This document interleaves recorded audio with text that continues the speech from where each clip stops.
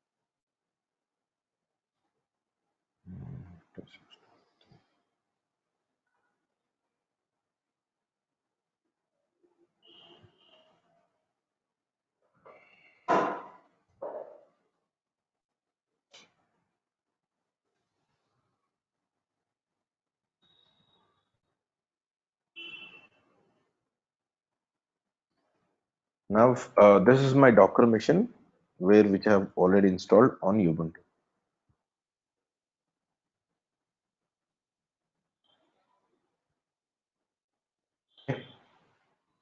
So if you want to see a lot more information of this Docker, like what specifications it have, what kind of information it has, so you can go for Docker info.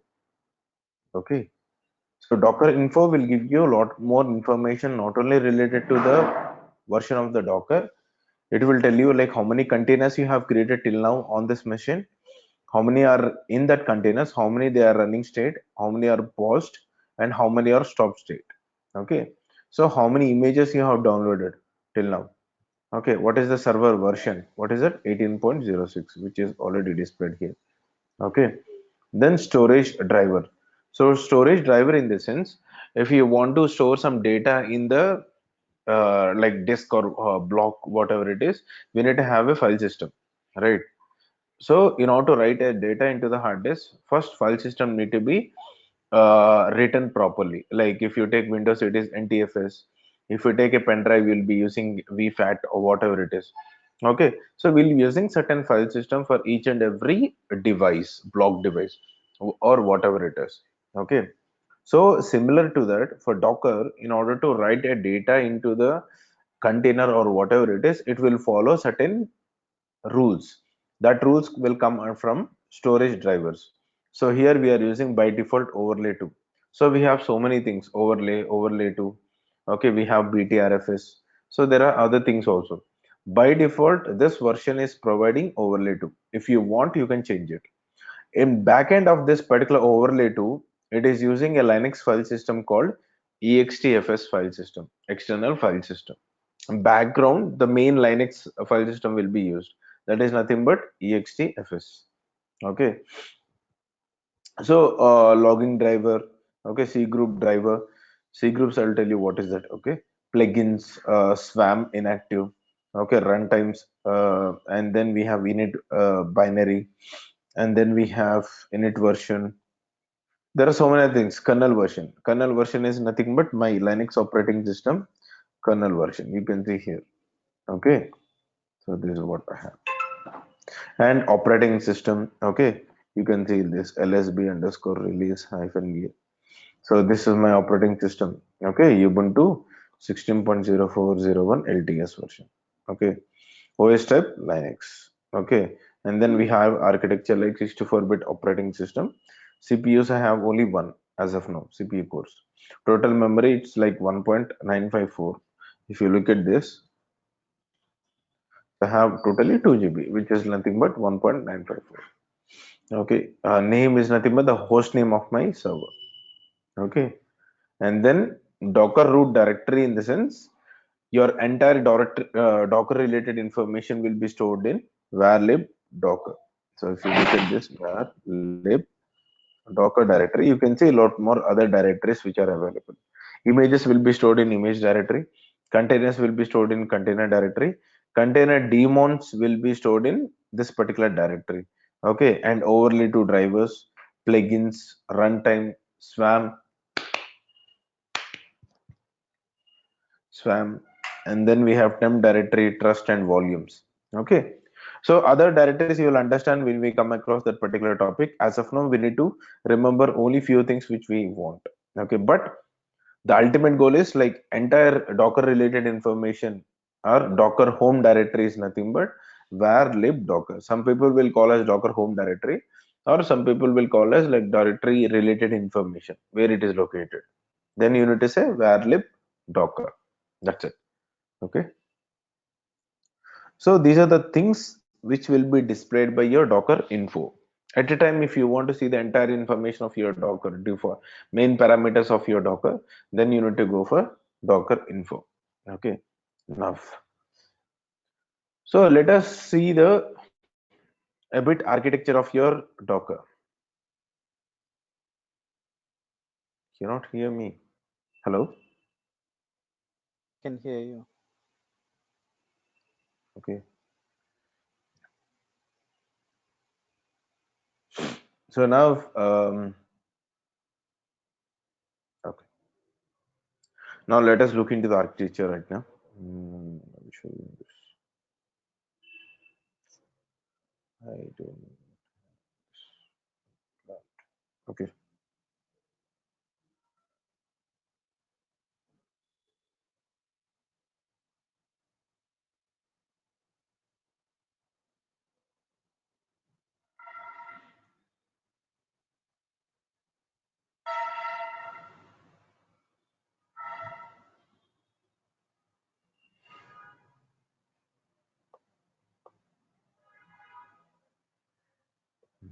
It's okay.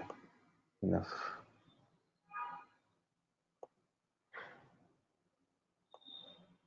Okay. So what is Docker? So now let's say I have a base machine. Okay. Let us assume this is my base machine. So here you have installed Docker. Okay, right? So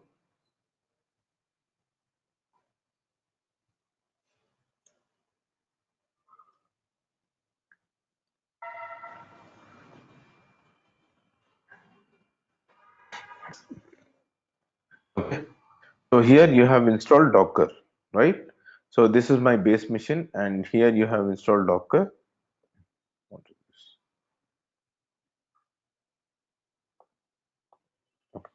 So this is my machine where I have installed Docker. Okay. Now what is this? Okay, you have installed.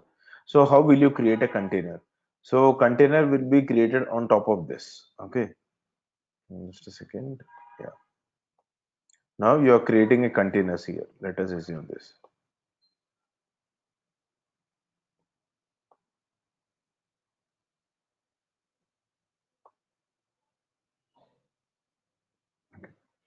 So we already have virtual machines, right?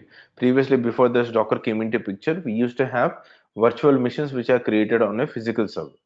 But the problem with the virtual machine is, let us say I have application running in virtual machine.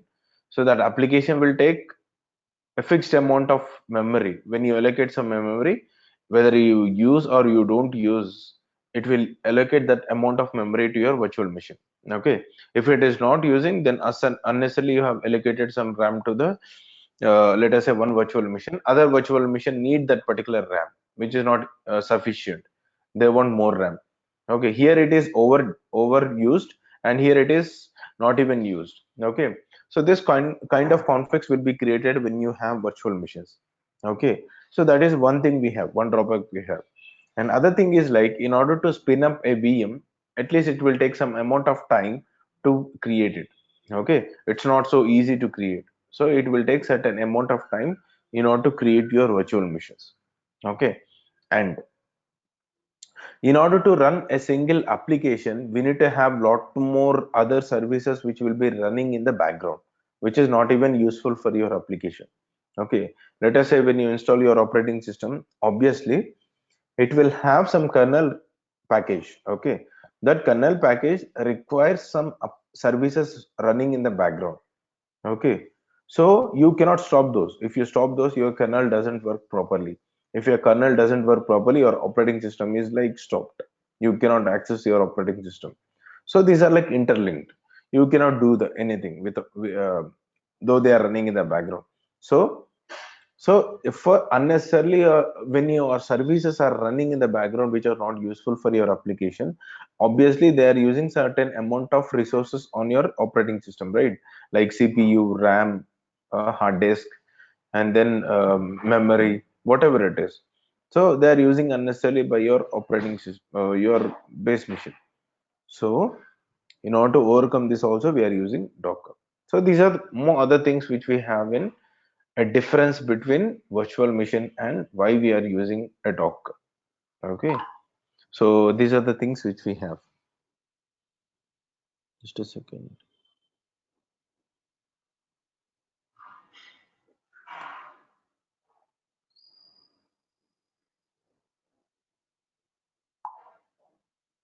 Okay. Now, what is container? So what advantages we have in container if I don't use VM? Okay, so let's say this is a container. Container doesn't have any operating system. It doesn't have any kernel. Why we need a kernel in operating system, whether it is Windows or whatever it is, it's some heart of your operating system. So why we need that? In order to communicate to the hardware, I as a human being am not capable enough in understanding the binary language. Okay, so that's the reason your operating system will convert, or it will take the information which is converted into binary language, and that it will give it to your hardware. Okay, it can be a CPU, it can be a RAM, it can be a memory, it can be a hard disk, whatever it is. Okay, just it will transfer the information to your respective hardware. Okay, that's why we are using operating system, and to run multiple tasks at a time in the background. Okay, there are other things which we have. So your container doesn't have any operating system, then how it will talk to the hardware, how your application will send the information, or how it will use a resource. So your container, let me write text here. Now, size.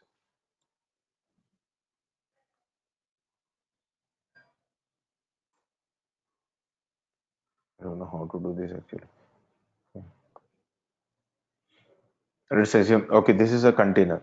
Okay, so this container is talking to the Docker in the base machine. Okay, and then it will use the physical server's resources like CPU, RAM, memory, and whatever it is. Okay, so it will use the physical server resources. Okay, container doesn't have its own operating system.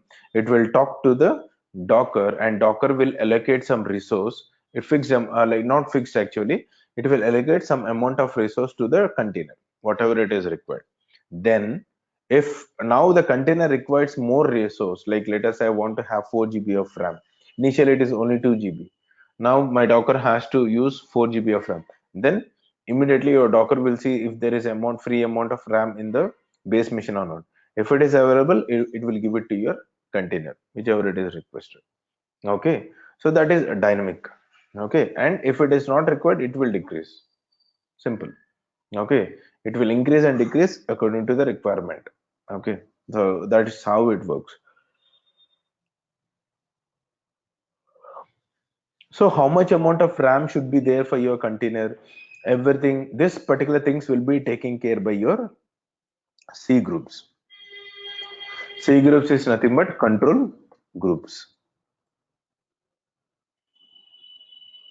Control groups in the sense, let us say how much amount of RAM I can allocate to container, or how much amount of CPU, how much amount of storage, how much amount of what do we say, network should be allocated to your container. Everything will be taken care by your C groups, control groups. It will manage. Okay, if you say you allocate, we can also allocate fixed amount of RAM to my container also. I can do that. So what C group will do, it will ensure that if my container is not crossing more than that particular amount of memory which is allocated to my container. Okay, so that will be taken care by your C groups. Okay, and then there are so many containers which are talking to your physical machine, right? So every container should not have a data of the second container or the besiding container. Okay, because everybody is talking to the physical machine. They don't have any virtual resources allocated to the container. So those are like everybody is talking to the physical server. So everybody should have some space. Okay, some what do we say, channel which is allocated in such a way that no other data can be viewed by the respective containers. Let us say this container is talking to the physical server for a resource requirement and everything. It is transferring the data. So this data should not be visible to the respective container. Okay, so this will be achieved using namespaces. Namespaces. Okay, namespaces are nothing but isolating the resources.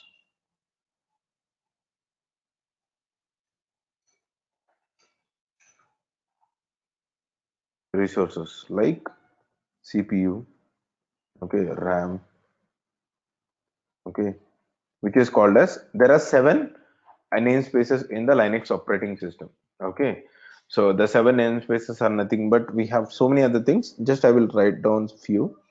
Okay, network. We have for network, we have this network namespaces. Okay, and then for CPU we have, okay, then we have IPC and Internet Protocol Controller. Then we have some kernel.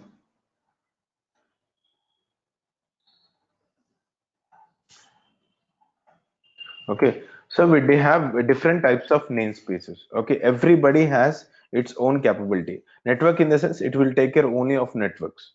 Okay, CPU in the sense, it will only look into CPU related namespaces, and then it will control that. So Docker will club all these functionalities together, which is called as wrapper. Okay, Docker will use this all these technologies together as a wrapper. Wrapper in the sense, bundled of functionalities. Okay, C groups, namespaces, okay, file system, Okay, we have also file system, right? Overlay to. Okay, so all these capabilities will be bundled together. These technologies will be bundled together as a wrapper. Okay, when you start creating a container, immediately this wrapper will come into picture, and then it will use C groups namespaces to allocate the required functionalities to your container. Okay, so this is what the Docker contains. Okay, so in order to create a container, we need to have an image. Okay, so how will you see that? So as I told you before, we have a Docker CLI. Okay, when you enter Docker commands, okay, so let us say here I entered a command. Okay, Docker CLI command will talk to the Docker daemon. Okay, so in order to see that,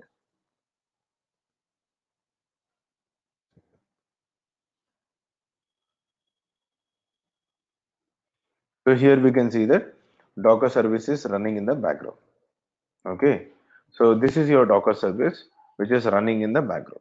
Okay, if you stop this service, you cannot create your containers. Okay, so this service, so when I execute Docker, let us say hyphen version, okay, this will talk to the Docker daemon, and Docker daemon will use, it will check, okay, who is talking to him, and then it will transfer the information to the respective things, and then it will get the information, and then it will be displayed. Okay, so this is how it is running in the background. You can see the main process ID. The process ID is 2292. Okay. Use AUX 2292. So this is the actual process which is running in the background. Okay. User win Docker. Okay. If you want to know from where you are running this Docker, where this library utility is present, this Docker utility, you can check with which Docker. So it is running from user bin Docker. So this is what we are running, right? Docker D is also present here. Okay. So all the binaries related to Docker are present under user bin. Okay. Now,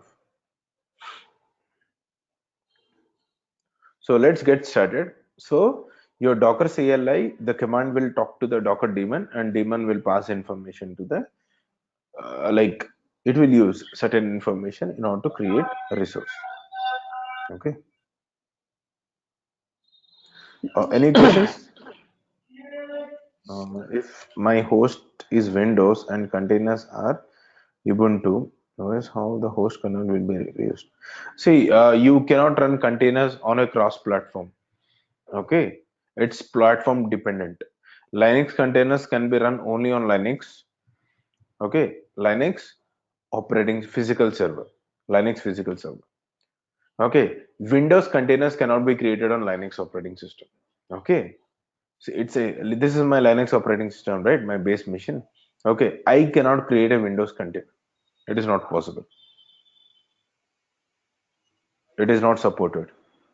But containers are independent of platform, right? So if we build Independent a of platform, yeah. See, let's say if you try to pull an image of Windows and try to create a container here. See, today we'll be talking about container creation, right? Do one thing, try to pull a Windows container, so Windows image, and try to create a container here. It doesn't support according to the platform.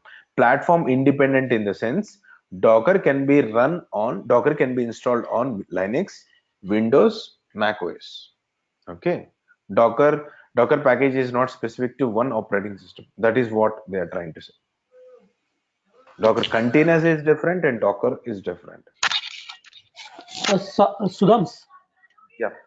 hello. My Yeah. question was, if uh, if I am in the Windows operating system, Mhm.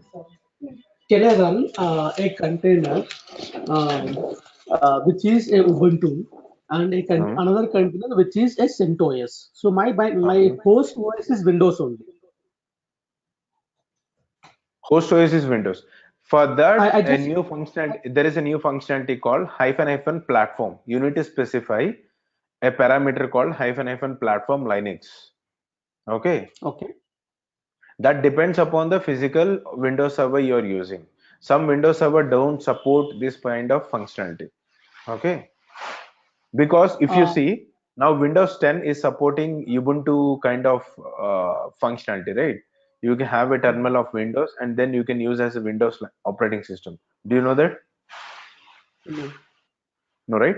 So actually Windows 10, they have given a terminal where you can run your Ubuntu related commands. It works as a Ubuntu. Okay. Because Okay. my laptop is the Mac OS, but I'm able to Okay. run the Linux. I'm able to run the Ubuntu Dockers. Yeah, of course. Your Mac is nothing but a Unix operating system. It's a But I'm Unix operating system. and I'm also able to run the CentOS also. Yes, obviously, it is both are Linux. So you're saying that only the host OS should be Linux OS, so that you can Yes, run the containers of which is equivalent. yes. You cannot run Windows. That is not at all possible. If you want, I will show you the experiment by the end of the class. Okay. Okay. Okay. But how will this kernel will be reused? See, I told you, right? Say kernel for CentOS and for Windows, what it will do, it will isolate. It will create a kernel namespace. Namespace in the sense, let us take one example, right? You're staying in a room. So we have a partitions, right? Hall, bedroom, or kitchen, whatever it is. Okay. So bedroom related things in the sense like you have one bed and everything. You cannot put your bed in the uh, like kitchen room or whatever it is, right? So it is isolated in the sense whatever the space you have, you are creating some partitions. Okay, so how many containers you have? For every container you will create a partition of kernel, CPU, memory and everything. Okay, based on the requirement, and the size will be increased based on the requirement of the container. You understood the logic, right? Yeah, You got it? got it. Yeah. So that's how it works. Simple example, if you take an apartment or staying room, so we have so many partitions, bedroom and kitchen and all. Okay, so this size is fixed as of now. This is like fixed size. If you want to increase, again you need to collapse the what do we say, one side of the wall, and then you need to increase the partition, right? So that's like, this will happen in Docker dynamically. Okay, so whatever the kernel space you have, the kernel space will be isolated, in the sense it will be created partition, and none of them can see the second container cannot see the data related to my first container because it is isolated. Okay, no one can enter into my namespace. That's how the security has been created in Docker. Nobody can see the information related to other containers until he is a root, until he is the main user in the host operating system. Is that clear? Yeah, it's good. Okay, fine. Sudham, I have Yeah, other question. So yeah, you difference can. between C groups and namespaces. C groups are nothing but control groups. It will manage, it will control. Let us say namespace in the sense, let us say, okay, for example, namespace in the sense, creating, isolating the resources. You know what is isolation? Yeah. Isolation in the sense dividing. Okay, once it is divided, so that one person cannot see the information to the respective isolated namespace. Okay, that is done. Okay, so let us say I have isolated. After that, who will control this? See, my container should not cross more than 2 GB RAM of allocation. So who will control this? Namespace doesn't do that. It will just create a partition, and then it will ensure that the data is not getting transferred from one cross platform. Like one container is not able to view the second container related information. That's it. But it doesn't control. Okay. To cross beyond this or to don't cross beyond this, everything, it will not be controlled by your namespaces. So that's the reason C groups came into picture. C groups are nothing but control groups. Control groups in the sense, just a second. So control groups in the sense, it will ensure that your resources are not crossing with the allocated amount of resource. Let us say I allocated 2 GB of RAM to my container, it should not cross more than 2 GB. Who will take care of this? My C groups will take care of this. C group will ensure that it is not crossing beyond that. Is that fine? Control groups, Okay. controlling the resources. See, Docker cannot do all the things at a time, right? So that's the reason it will distribute the things to multiple backend functionalities. That is nothing but C groups, namespaces, and file system. Everybody will take care of those their respective jobs. So that is how it is done. So altogether it is called as wrapper. Okay.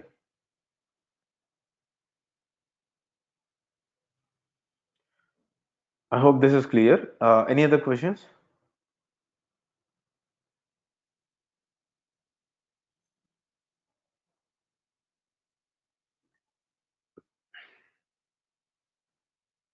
No? Fine. So that is all about your Docker and how it works in the background. Okay. So your Docker CLI, you're executing the command from the Docker REST API. It will transfer the information to the Docker daemon, and Docker daemon will take the information and it will give it to the backend resources.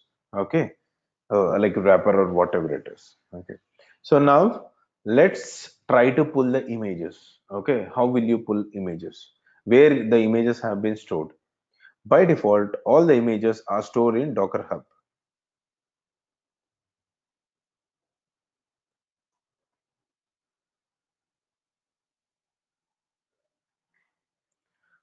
So Docker Hub will have the images. From there, we are trying to pull. Okay, we are trying to pull by default. So Docker Hub will have all the images which are available, and Docker team will validate that image whether it can be used or not, trusted or not, whether it is official image or not.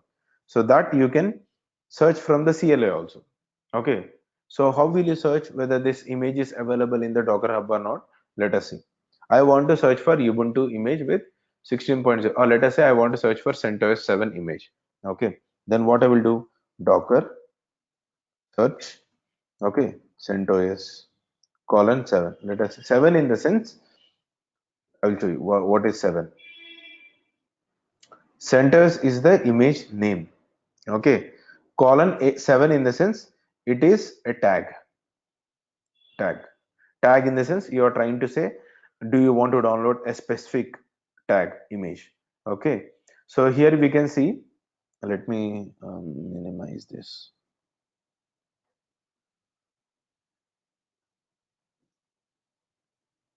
Okay. So here we can see the name of the image, that is CentOS. Description they have written the official build of CentOS. Okay, how many stars in the sense the people have given a rating for this. They can use it or whatever it is. Official in the sense, okay, in the sense this is an official image. Okay, official image like everybody can download. It is downloaded by CentOS community, not by someone else. Okay. So that is how. So we have these many images which are having a 7 version with different type. Jenkins. Okay, we have Ansible. Okay, we have Gluster, OpenShift. So we have so many other things which we have center 7 images with different implementations. Okay, if you want a base image, a core CentOS server with nothing installed, then we need to go for this first one. Okay, so how will you pull this image? So all these images are available in Docker Hub. We are downloading from that. By default, when you execute this command, it will talk to the Docker Hub. Okay, then it will show you the image whether it is available or not. Okay, let's say I will search for Docker.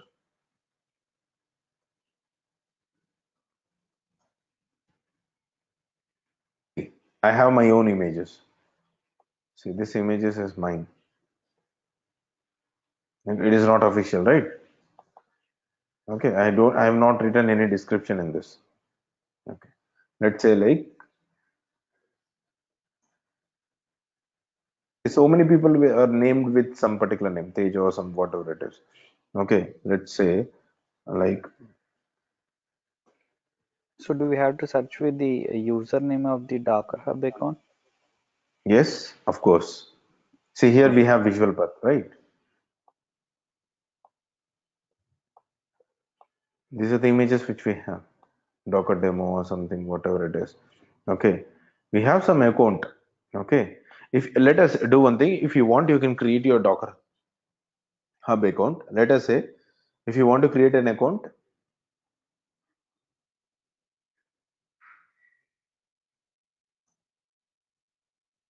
search for hub.docker.com. Here you can create an account. It is just simple. Within fraction of minutes you can create your account. Okay, once it is done you can sign up. Okay, you can push your images. So that is like later task. As of now, if you want to create an account, you can create in Docker Hub. It is just simple. Okay, so my Docker Hub account, I will show you how to do, how to log into that.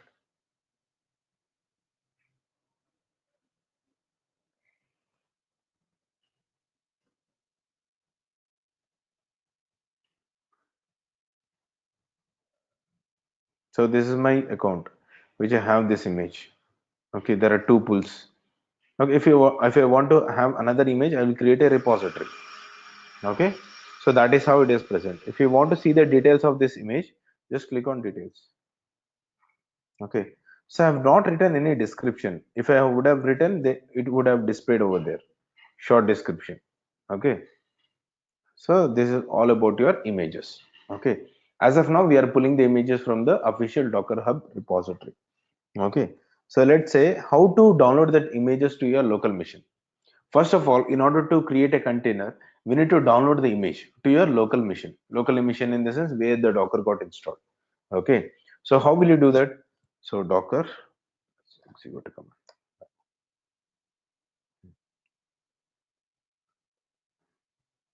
Docker pull. Let's say I want to pull Ubuntu 16 point or 14.04. My base machine is already 16.04, right? I just want to pull the image. You can see here. So pulling from this particular repository. Okay. So downloading. We have IDs. These are like generated. These are like already have every in image. I will tell you. I don't want to tell now itself. Okay. It is downloading the images. Okay. Of Ubuntu 14.04. It is a single image, but it has so many layers. I will tell you what is a layer. Okay. So completed. So how will you verify it, whether it where it is downloaded, where it is present? Okay. For if you don't know the CLI command, I'm showing you.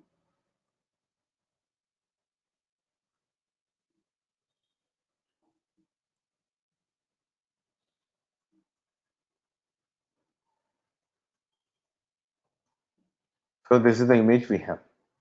Okay.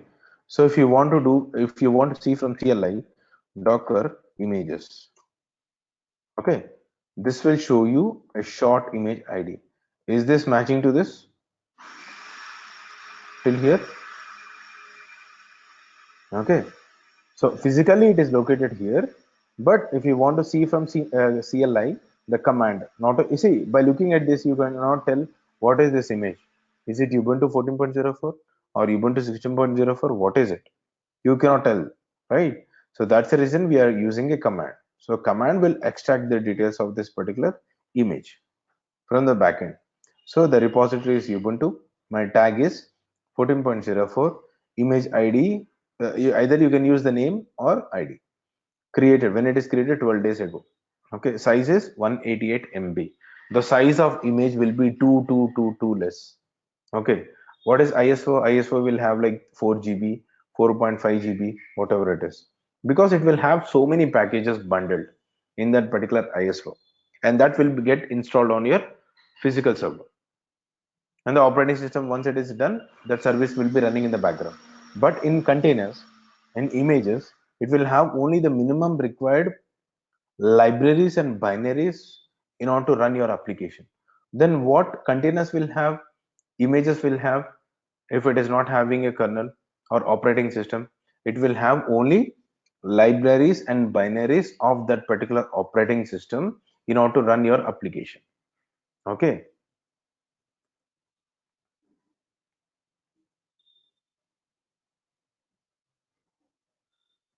Doesn't have any operating system. It has only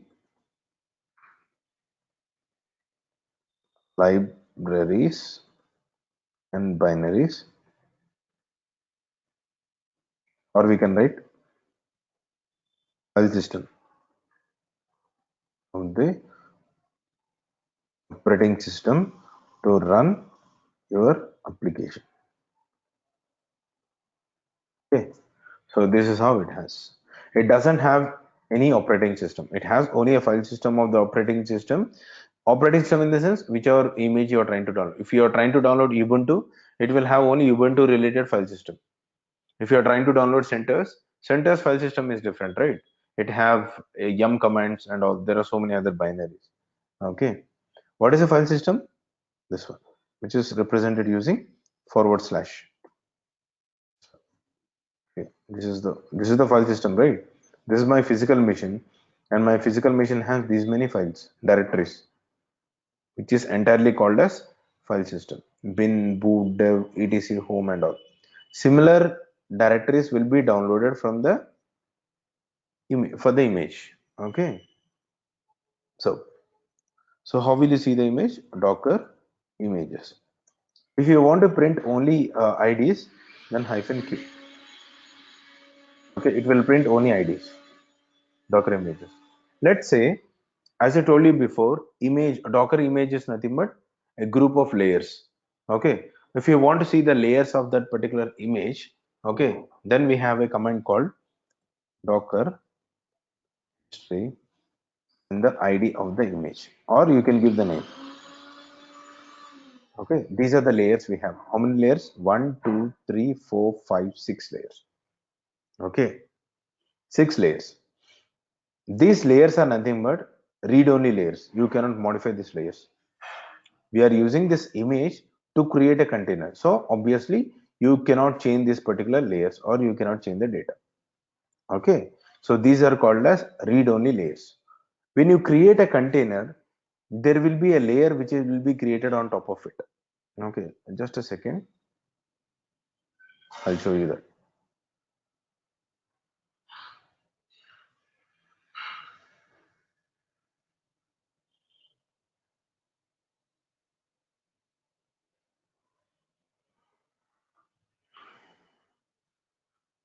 So this is how your CLI will be taking the information through REST API, and then it will give it to the Docker daemon in the backend. Well, what command you use, whatever the command you use, it is a CLI command. Okay, so then this is the differentiation. Yeah. So this is image. They have taken one example. This is Ubuntu 15.04 image. So how many layers it has? Totally 4. These layers are nothing but read-only layers. Okay, you cannot modify the content. Okay, when you create a container, it will create a layer on top of it. This layer will be linked to your image. Okay, this layer is nothing but read write layer. You can modify. That's the reason, right? We can log into the container, we can execute the commands, we can install the packages, everything we can do it because we have a permission to do that. So that's the reason it is called as read write layer. Thin in the sense size of the image. Sorry, can we get access to the document? Yeah, I'll give it to you. Management will give you this document. Okay, I'll share with them, they'll give it to you. So so this layer, okay, will be talking to, if it wants the image related information, then it will talk to the image and then it will get the information. Okay, when you do some installations, everything will be done on this particular layer. When you delete a container, this layer will be deleted, not image. Okay, and there are containers created on with this image, and if you delete the image, your containers will be crashed, but it doesn't allow to delete your image. It will give you a warning saying that there are so many containers running with this image. Okay, first we need to delete the containers and then we can go for the image deletion. Direct we cannot delete an image when there are multiple containers running. Okay, so these layers are nothing but read only layers. Okay, this container layer is nothing but read write layer. Okay, whenever you create a container using this image, it will create a layer. That layer will be connected to your image layer. Okay, so that's how it is present now. So what is the difference between image and container? See, container in the sense it's like server, right? Where we can install the package and run your application. See, if you want to create a container, see, let's say you have a physical server You want to install some particular database, whatever it is. What will you do? First, you will install an operating system. Without having operating system, you cannot run anything on the bare metal servers or whatever in your laptop. First of all, we need to install operating system, right? So similar to that, if you want to create a container, I need to have an image. Without having image, I cannot create a container.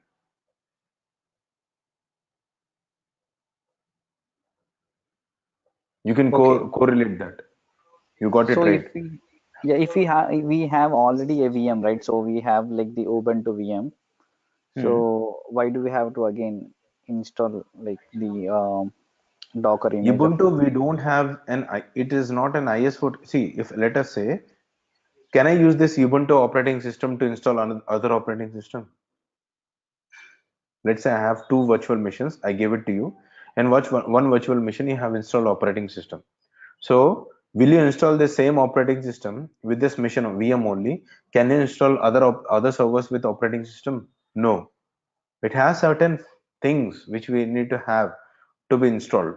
Okay, that you will get it from ISO. So ISO has certain installation procedures of the operating system. Okay, so your normal operating system cannot install other operating systems. Okay, your ISO will try to install that. Okay, because it should undergo some process. Okay, similar to that, if I want to create a container in the sense I want to run certain application, where will you run? Not on the physical server or a virtual machine. I want to run in a container. If you want to run in a container, first of all it should be created. If I want to create it, I need to have an image. Without having image, I cannot create a container in order to run certain applications. What container will have? Libraries and binaries, file systems which are required to run your application. The operating system related libraries and binaries will be present in that particular container. After the container got created, you will install whatever the packages you want: Apache Web Server, database server, okay, or Python or Ruby or whatever the languages you want. But it should be supported by your operating system. Okay, Linux, whatever the container you are creating. Okay, there are two different things which you are asking. Containers are different and image is different. Image is just a reference to create your container. Without having image, you cannot create a container. Okay, so the What image image just will have? contains libraries and binary files to Yeah, create a a lot of container. other things also. Yeah, if all the file system related to that particular operating system. Okay.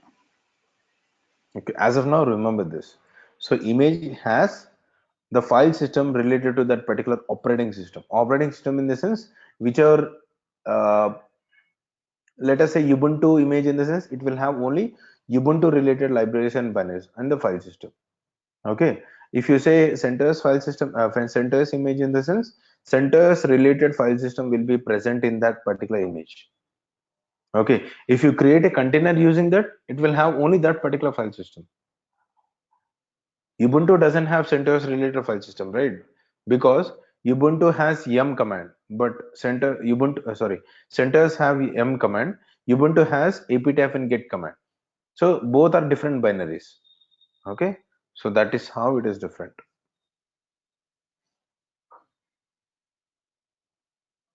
If you understand what is ISO and what is operating system, then you will get it.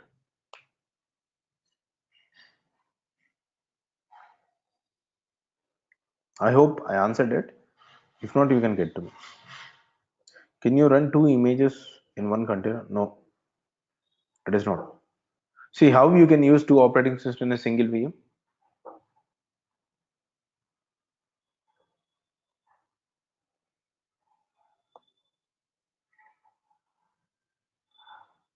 You're saying like, can I use two ISOs for one particular VM? It is not possible. You'll use only one image. Using one image, you can create n number of containers. Okay, if I give an ISO CD to you, you can install on n number of n number of servers, right? If I give an ISO CD to you, you will insert the CD and you will install the operating system or Windows, whatever it is. the same CD you will insert to other servers also, and you will install your operating system. Okay, with single image you can create multiple containers, but with multiple images you cannot create a container. So we are treating the image as an ISO file, container as a VM, something like that. Yes, yes. Okay. Okay, now, so I have image right now, images. Okay, then if you want to see a lot more options for this, you can give help. Okay, help will give you what are the other options we have for after image. So we have seen what is queue. Filter in the sense if you want to print the output according to your format, like JSON format or whatever it is. Okay, all in the sense it will also print intermediate images like partially downloaded images and all. If you want to see that, we need to give -a all. Okay, so we don't have any partial images or okay, what are the images it is. Okay, now using this image I need to create a container. Okay, so in order to create a container we have these many commands: docker run. Okay, we have docker create. Okay, and then we have docker container create, container run, or we have docker container create. Okay, these many commands can be used. In older versions we used to have only these two commands. Okay, in new versions we have these commands. So they have segregated in the sense like they have divided the commands, container related commands under docker container. So they have just added it, that's it, nothing much difference. You can use any one of the four commands. Okay, so I'm using the older command. If you want you can use a new command, it is up to you. Okay, let's say I'm using docker run, just I will use the image. Okay, Ubuntu. Okay, Ubuntu, what is that? 14 point. I need to give the tag. If I don't give the tag, it will use a tag called latest. It will use latest. Okay. By default, if you don't give any tag, see what will happen. Okay, enter. So first it is see immediately it added a tag called latest. Obviously, Ubuntu with latest tag is not available, so it is downloading that particular image. See, unable to find image, Ubuntu colon latest locally. So then it is trying to pull the image from Docker Hub. So we need to be careful while giving the tag. Okay, you can see now Docker images. So now we have two images. One image is Ubuntu latest. We don't know what kind of version it is. Just we need to log in and see. What is the size of the image? 84 MB it is. If you look at this Ubuntu 14.04, it is 188 MB, which we have. Okay, so that's how. So if you want to download the images first, you can download using docker pull command. If you want to download the images while creating the container itself, then directly you can mention the image name. Okay, first it will search for the image locally. If it is not available, it will go to the Docker Hub and then it will pull. After that, it will create a container.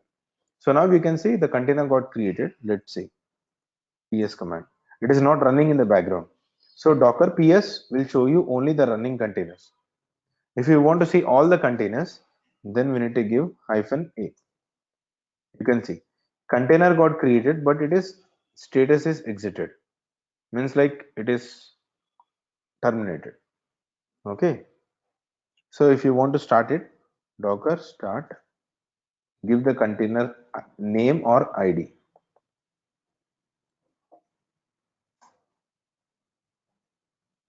Still it is exit status. Okay. So what we need to do is like the proper command is, so this is how we create a container. Okay. In order to create a proper container, let's say I want to use 14.04. I need to give -d. -d in the sense run the container in the background. Sorry, I forgot to give DTI.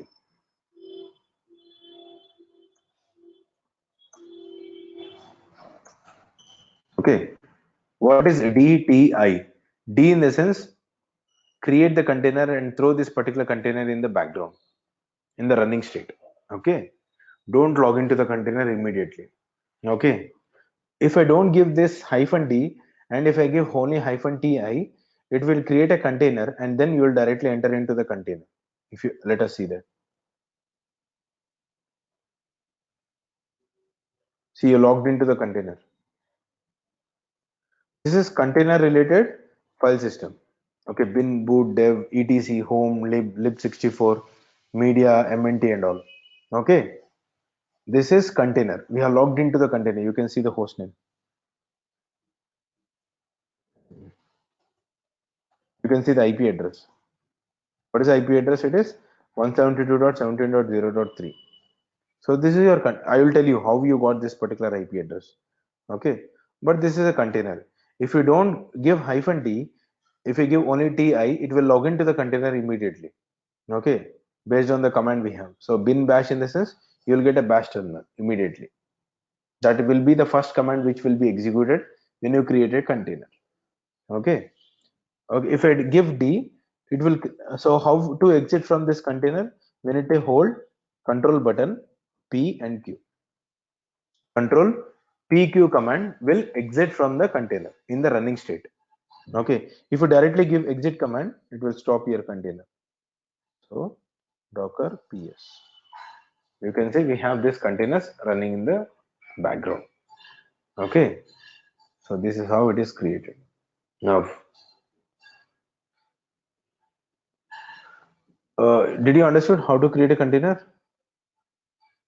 Okay, it is just as normal command I gave. Okay, docker run command. Similarly, you can use docker create, docker container create, or docker container run. Any one of the command to create a containers. Okay, so now we have logged into the container, right? Let us log into one. See, I came out of that particular container. I want to relog into this particular container. Then I need to copy docker attach and give the command. Okay, I logged into the container. Now I can see execute a command. Update. You can see it is contacting to the internet. I'm getting internet connectivity, everything. Okay.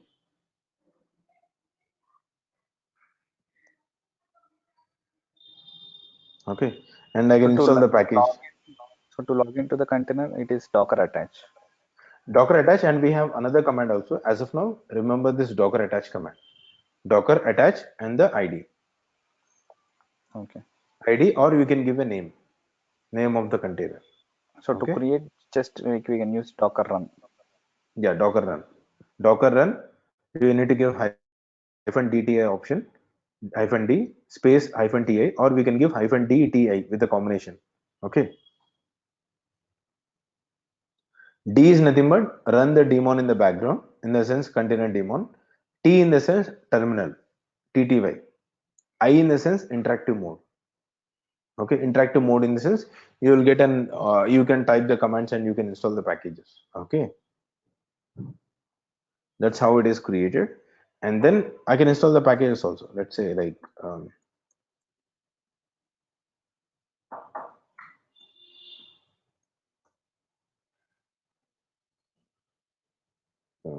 let's say like I can use say I'm installing Apache package. It's a one of the web server we have for Linux. How for Windows we have IIS, right? Similar to that, for Linux we have Apache web server, Nginx, okay, Tomcat. Tomcat is for Java applications. So this is like running. If I install Apache web server, if you want to see, it's not running, I'll start. It's running in the background. Okay. If I use curl localhost, my website will call command is not available. Okay. It's like it don't have minimum packages also. You need to install. That's the reason the size of the image is too less. Okay. So you need to install which are required. It is up to you. So that's how the image is like fully secure. Secured in the sense it's lightweight. You can see you got the image. If I give hyphen I, if you don't understand this, 200 okay in the sense your website is working fine. Okay, this is Apache web server. It's a website content actually, but you don't understand this. Okay. So simple, we can give curl hyphen capital I. Localhost in the sense it is the IP address which we have. It is binded to this one, this IP address. So this is how we need to run your container. Okay. See, I gave exit command. Immediately it stopped your container. It has stopped. You can see here. Just 9 seconds. Okay. So then don't give exit command. I'll tell you when to give exit command. Okay. So these are the basic things we have in order to create a container. Tomorrow I will show you how to run an application in the container and how to access it from the browser. Okay. Similar to that, I will show you what is a networking and all. So these two topics we'll be discussing tomorrow. Networking related information and then how to run an application in the container and how to access it from outside. In the sense from the browser. Okay. So these two things will be covered tomorrow. Hello. Yeah. Yeah, this is Karthik. This is my first class. Okay. For any customization, do we require any programming knowledge? No, it's not Docker? required. No, nothing. Customization by default we do from CLI, everything from CLI. Just you need to understand the architecture and functionality of your Docker. That's it. That's the only thing we need to concentrate in. It is not required to. Actually, this Docker is developed in Go language. Okay, so which is developed by Google. Okay, so it is not So required to learn Go language. Sorry. we have any development kind of topics or any No, administration? it's not about development. It's not about development. Is it there or not? No, we don't have. So this course is not about the development of your application. What do we say? Your Docker and all. Okay.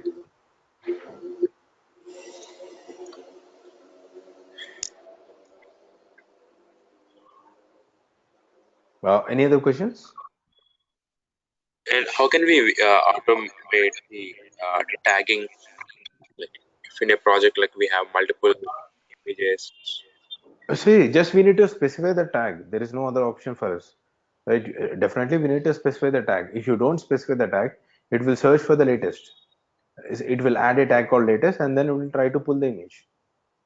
So we need to be specific. We need to mention the tag. In So production also. Sorry. can't we make it some sort of automated like thing? Like What as an example, automated? I don't understand automated in this. So you are saying like instead of taking latest, I need to give specific parameter, right? yeah, specific parameters. When we push the code into the Git Bash or Git bucket, we Hmm. like it will be the code will get some sort of tags, right? So this is a tag Hmm. number or like same like that. Whenever we uh, bring the new image or we build a new Hmm. image, can we Hmm. automatically make a tag to that particular image instead of giving instead of taking a random values? So It's not a random values. It's a predefined image which is already present with that particular tag. If you try to pull an image which is not present with the tag, it doesn't download. It's not a random number. You know, we have an image called we have a Ubuntu operating system called 14.04. That's the reason I gave a tag called 14.04. okay, whenever we build a new image, we can give our own tags, right? Not own tags. The tag should be available. Or if you were trying to create a new image, you can give your own tag. Yeah, that's what I'm saying. If I'm Yeah, creating a yes, new image, we can obviously. this, this can be used in like mostly like in my project we use for the testing purpose. So we don't want Mhm. these images to be always available on the server. So what we do If is you like want to rename this particular tag image name also, you can do it once it is downloaded. Okay. okay, Let us say you can take a clone of that particular image and you can rename it. Okay, and you can delete the main image. so that what we do. Our testers have some sort of test suits, so Hmm. it's not possible to have to run the same image for all sort of tests, like headerless or environment based, all the stuff. So what we did till now is like we just build a number of images based upon the Hmm. requirement, but our next goal is to um, not to have a multiple images. Whenever we need, based upon the environment, we build on the fly, and we need to delete that particular image once the tests are done. So if Hmm. that's the case, This is how can we like, then you need to write a script. So this is all about writing the script. Then you need to give the tags there. See, if you don't okay, specify the tag, if it tags cannot be automated, that is for sure. Tags okay, cannot be automated. We need to specify the tag. Either it can be from the script side or it can be from CLI, whatever it is. okay, Image name and tag name is mandatory. okay, got it. Any other questions?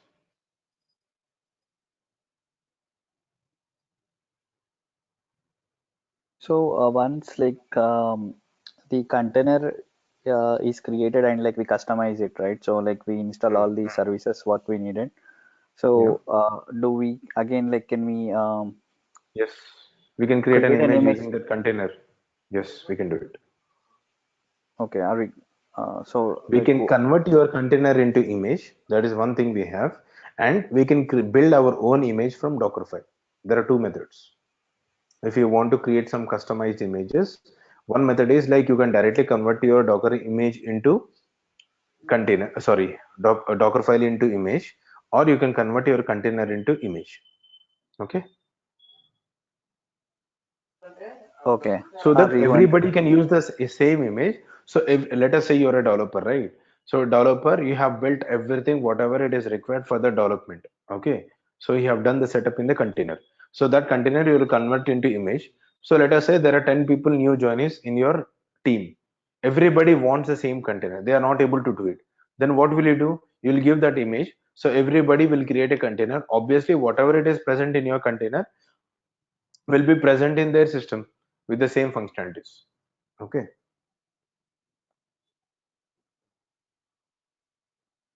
Okay, you so understood, right? what is the what is the command for that?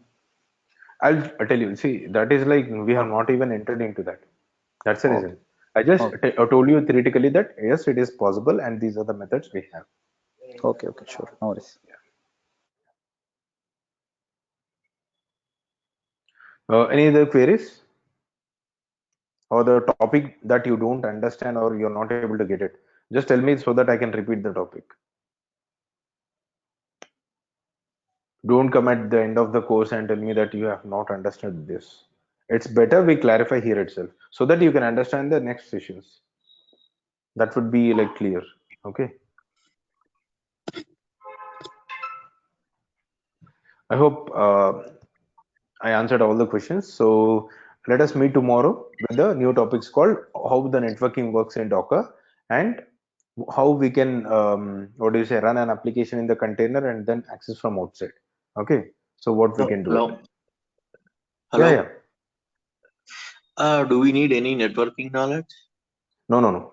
Just you need to understand basic things are required. You know what is IP address, gateway, and all, right? If at least if I speak in technically, what is IP address, what is gateway, and all. Okay, okay. How much duration? This Docker and Kubernetes? The 45 days actually we expected, so that will be completed by 45 days. Project, Within 45. right? Within 45. You are, we have any project? Yes, yes, yes. Real-time project. So real-time project is in the sense whatever we are using in the company, just I will try to I will show you the entire things what we are using. Okay, with examples. Okay, Okay, what functionalities we are using, what kind of technologies we are using, how we are achieving this, everything I will show you in practical. Okay. okay. Yeah.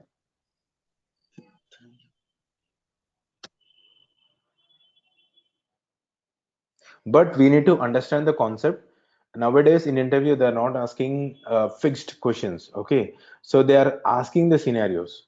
They are trying to ask the scenario and you need to be in a position to explain that scenario. How will you achieve that scenario? Let us say I want to run an application in this particular tech things. Then you need to say how you will do that. So that is what the interview procedure is going on right now in the market. It's not like what is Docker, what is network. So they don't ask these questions. That those days are gone. So now they are asking about scenarios. Okay. So that's the reason I am explaining the scenario based, not theoretically saying that this is what, this is what, this is what. Okay. We'll take a scenario and then we'll try to understand how to achieve that. Okay. Okay, guys. We'll meet tomorrow at the same time, and then we'll continue with the rest of the topics. Okay. See you. Bye.